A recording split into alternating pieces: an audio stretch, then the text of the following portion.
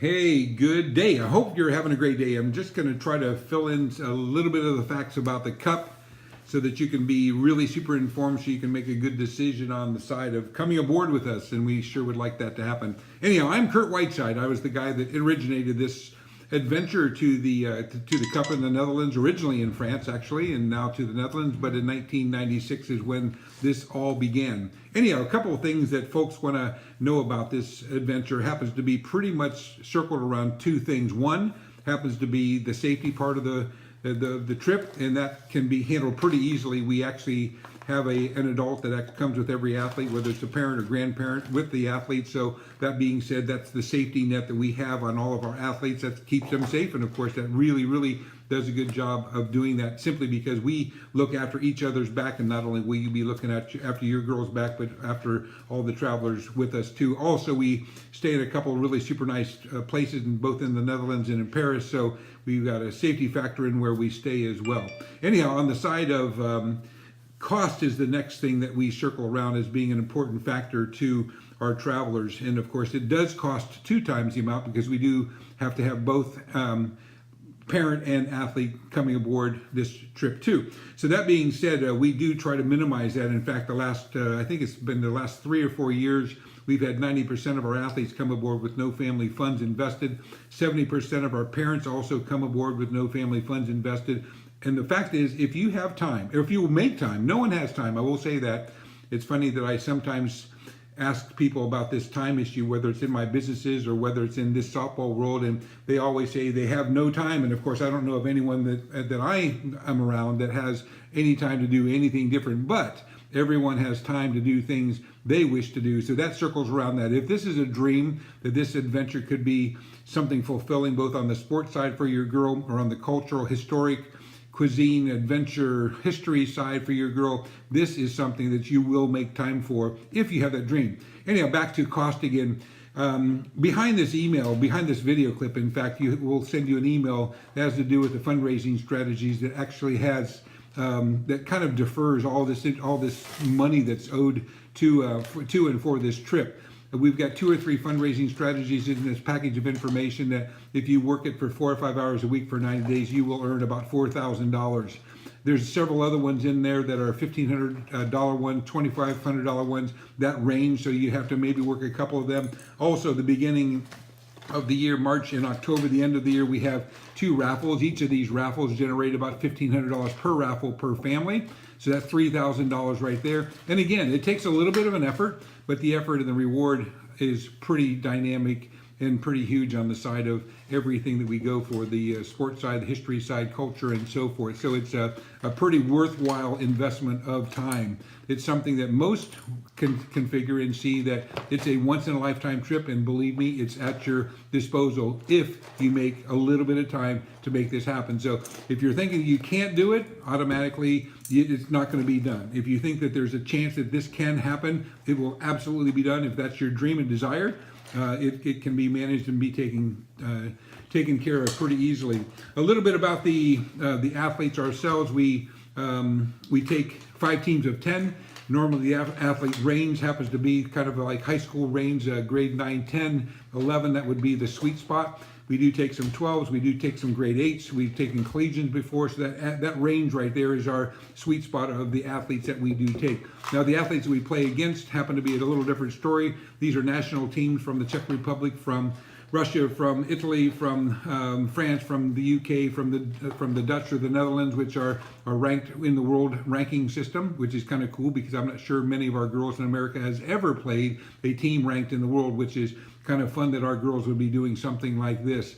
Anyhow, so we are playing actually adults in this case, and yes, there are 31-year-old catchers and so forth, but the fact is they live for this game. They refine their game every day, a little bit different than our high school athletes or even our collegiate athletes. These girls play because they love the game, and they learn from what we do from America, in fact, which is kind of interesting on that note. A little bit about the trip. The trip itself, we leave on a Wednesday, we're back on a Wednesday, so it's a Wednesday to Wednesday deal. We leave Wednesday evening, we're back Wednesday about supper time, so you'll be able to have supper on the returning Wednesday. But a little bit of the schedule of the trip: on the Wednesday night departure, We leave Wednesday evening, arrive Thursday morning. It's an overnight trip. Thursday's kind of a chill day. That day we simply kind of get our jet lag legs back, hard to say there, jet lag legs back, and then we go into a little clinic of which we teach the Dutch, Belgium, and German youth that come to this clinic, along with the Olympic athletes from the Netherlands or the national team, depending on the year. They actually work with us in coaching these youth, which is pretty cool because it's interesting that I asked one of the Olympic athletes from the Netherlands and asked them a little bit about, what do you think about this adventure that we're teaching these youth? And the girl told me that 10 years ago, she was actually in this clinic being taught by an American girl, and she wanted to simply be like that American girl. So it's kind of an impactful thing that we're doing. You may not think that people are watching you or paying attention to you, but believe me, they pay attention to you. And this was a great example of something that there was a harvest benefited from what we did that 10 years ago, which is pretty cool. But after it's all over, it's a lot of what do you call them, autograph signings and so forth of the little Dutch kids and all, which is kind of pretty cool that our athletes get to see and do these kinds of things, which is really super fun. Anyhow, on Friday we get up early and we're off to Amsterdam to go see Anne Frank's home. We're there for a bit of the day. We got to get the girls back midday because we've got to be back to get changed. We've got to get back to have the girls fed. We got to get them on the train and over for opening ceremonies, which is just after supper time Friday night. Saturday and Sunday we play. Sunday after the closing ceremony, is done. We are on a motor coach and headed to Paris. And it's kind of interesting, this little trip that we take to Paris by motor coach. A few hours after we leave, all of a sudden in the right-hand side of the motor coach, you'll begin to see this flashing light. And it's nothing probably more spectacular than seeing the Eiffel Tower sitting out there in the right-hand front side of the motor coach as we come into Paris. It's pretty exciting. I've been there many times, and every time it's a pretty good feeling to see that thing happening to be glowing in front of us, which is pretty exciting for every one of us that travel, in fact. Anyhow, Sunday night we're in. Monday and Tuesday are pretty duplicate days. It doesn't matter whether you're shopping for prom dresses, going to see the Arc de Triomphe, or you're going to see Notre Dame, or you're going to go see the Napoleon's Palace or the Louvre. We're kind of centralized in the middle of the city. I've been there many times. There's not really a bad spot to stay in Paris, but we are in the dead center of the city. We are 10 minutes walking to Notre Dame, 10 minutes walking to Napoleon's Palace, which houses the Louvre. We sit above the largest train station in the world, so you can actually go underground and go to Barcelona or to London even, and so forth. So there's a pretty centralized location in every city. This is the one for Paris. Anyhow, Wednesday morning we're still in Paris, but we're headed back by the motor coach to the airport, and of course we're back pretty quickly to America, normally by supper time or so. A few things that we do. We keep everything pretty much on top of the table. There's not going to be anything you don't know about before leaving, for sure before leaving. But there's three things I do want to bring up now that the cost does not contain, and one is travel insurance. We don't buy travel insurance for our travelers. About 80% of our people do not buy it. It's up to you if you want it. You can surely buy it. We don't sell it, but there's places to buy it. At AAA, at CAA, you can buy it at your travel insurance places and so forth, but nonetheless, we don't sell it. It's about $200 from what I gather, give or take a little bit, depending on the age of the parent and the age of the athlete. The two other things we don't pay for is lunch and supper, and this is not a diet trip, but the fact is we can't ring the dinner bell in Paris, nor while we're playing. We can't tell them to stop the games. We got to feed the girls and take the train back, which is how we get to and from the games by train. We can't tell them stop the games. We're taking the train back to the hotel so that we can feed the girls. So we can't do that on the lunch and supper side. That will cost you about $150, $200 max for the week. And to stay in your budget, it's pretty easy to do. Breakfast we do have. You can eat there for 4 hours if you wish. And you can eat thousands upon thousands of calories if that's what your goal is, to keep your calorie content up. You can do it there. The breakfasts are fit for an Iowa farmer. So we're talking about scrambled eggs and croissants and bacon and sausage, and I mean just all kinds of breakfast. The German, Dutch, Asian, and French breakfast between the two of the breakfast locations in the Netherlands and in Paris. So believe me, there's enough to eat there.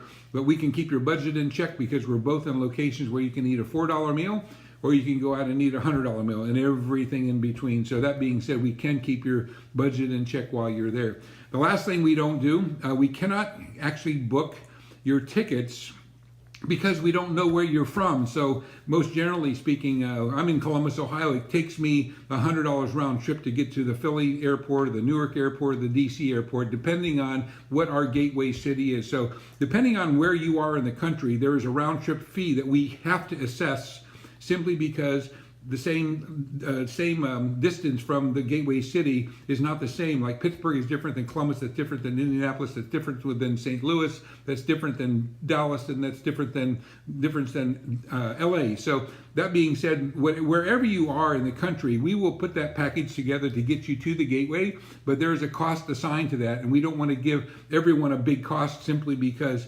we don't know that some people may want to be there on their own. They may be living in Philly.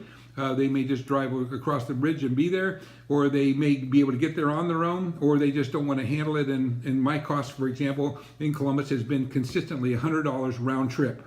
There's almost no way you can get to and from the gateway city for the cost that we provide them. The airlines want to make money on the transatlantic side. They don't care about connecting us to that trip. So that's why we can get some really preferential pricings on that side. Anyhow, the bottom line is that we have an incredible adventure. We've been doing this for a lot of years. We've got a lot of experience doing this. Sometimes they've said that where else in the world can you go and fly a little short flight of 8 hours and land in a country that's 18 feet below the Atlantic Ocean, which is the Netherlands? The next day, or that evening actually, be tutoring and mentoring some youth that one day will be maybe playing in the Olympic Games at some point, and we're mentoring them. The next day, being able to take a motor coach to Amsterdam and seeing Anne Frank's home that evening, that we begin some athlete side of the trip, in which we are playing with and against some incredible athletes for the next days. Sunday night, then we're headed off to Paris, and we trek into Paris and see what's in front of us. It's pretty incredible. And then Monday morning, we're sitting atop the Eiffel Tower. Monday afternoon, we're sitting inside of Notre Dame. And Wednesday, we're just touring a city that's so historic. It's just incredibly important and good for the end of the trip. But anyhow, where else can you do something like this? I'm not sure it's possible that you can do anywhere else like anything like this in the world, but the fact is you can do it with us.